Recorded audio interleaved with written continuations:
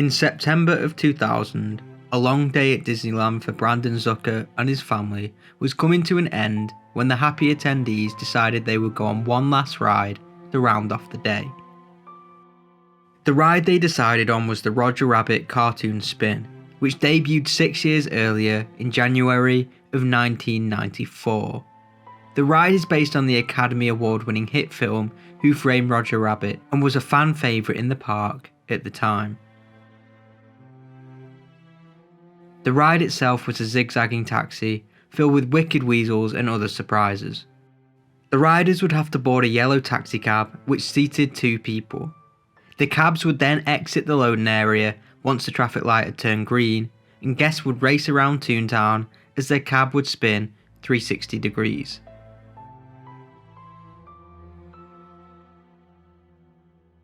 The Zuckers, who lived in Canyon County in northern Los Angeles, had arrived at the park at around 11 AM.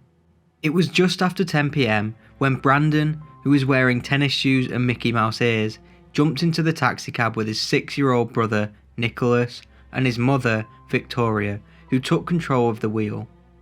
Brandon was sat near the opening on the passenger side door. Brandon's father David and grandmother Jean Kurland followed them and were sat in the car behind. Just as it did before, the traffic light in the loading area turned green and the family were off, unbeknown of the horror that was about to proceed.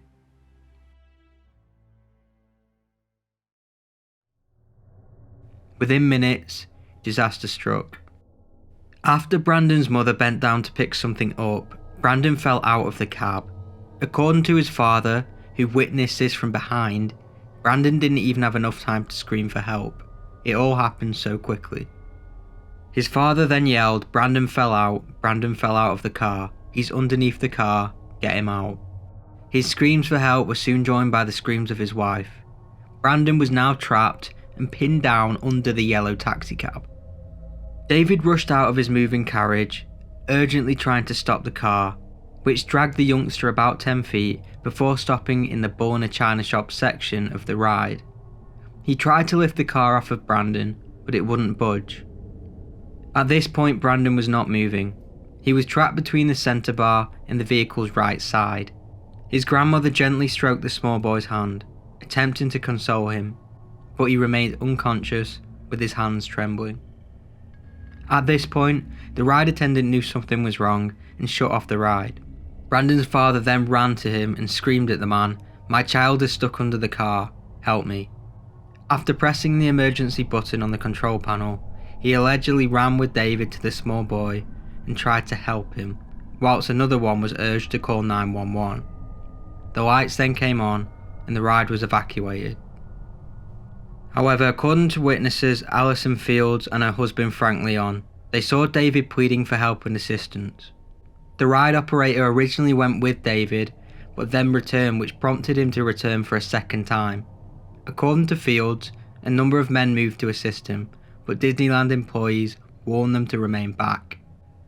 David came back for a third time, and ride operators simply ignored him.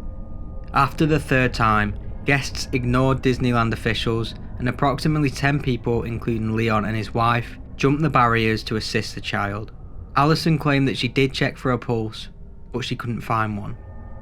The 10 people attempted to lift the cab off of Brandon, but were unsuccessful, and Brandon remained trapped. As you can imagine, the scene was absolutely horrific, as Brandon's mother screamed, "Not my baby, please God, anything but my baby." Frank and Alison then left the scene as it was too distressing for the pair. Another witness stated that it took Disneyland too long to inform the police. Once the call was made, the police arrived within 3 minutes, with firefighters joining them a minute later. The firefighters then used a jack to free the boy from the ride, where Disney rescue staff performed CPR on the boy until the paramedics took over. Miraculously, paramedics managed to get a pulse. At this point, Brandon was blue from the lack of oxygen and could not breathe on his own. He was then transported to UCI Medical Center, where he underwent surgery for 2 hours, and although Brandon survived, the Zuckers' family nightmare was far from over. Brandon had a ruptured diaphragm, liver, and spleen, among other major internal injuries. When the ride crushed Brandon, he went into cardiac arrest and sustained brain damage. After the incident, he was unable to walk or speak and spent more than a month in a drug-induced coma.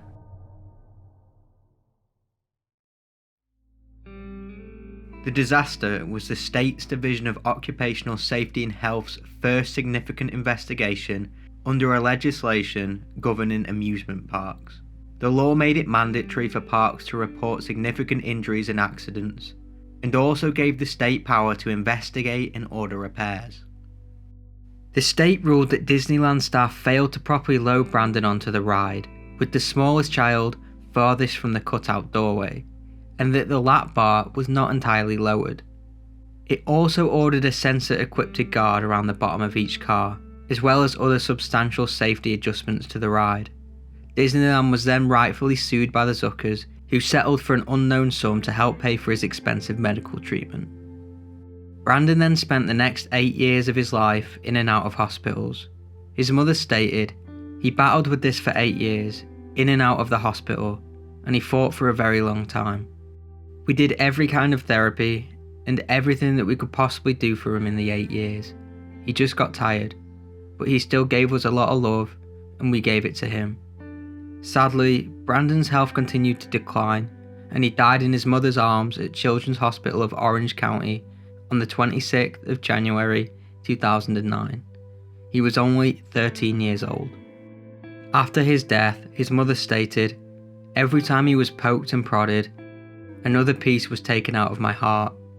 I've been grieving for 8 years. He's running and playing with all his legs and feet on his scooter up in heaven. His father and I gave him the best quality of life that we could. He was a great son, and we love him so much, and we will miss him greatly." Brandon today is survived by his elder brother, his mother, and his father, and was laid to rest at the Pacific View Memorial Park in Orange County, California. Disney spokeswoman Susie Brown released a statement saying, "We are saddened to learn of the passing of Brandon Zucker. Our thoughts and prayers are with his family at this difficult time."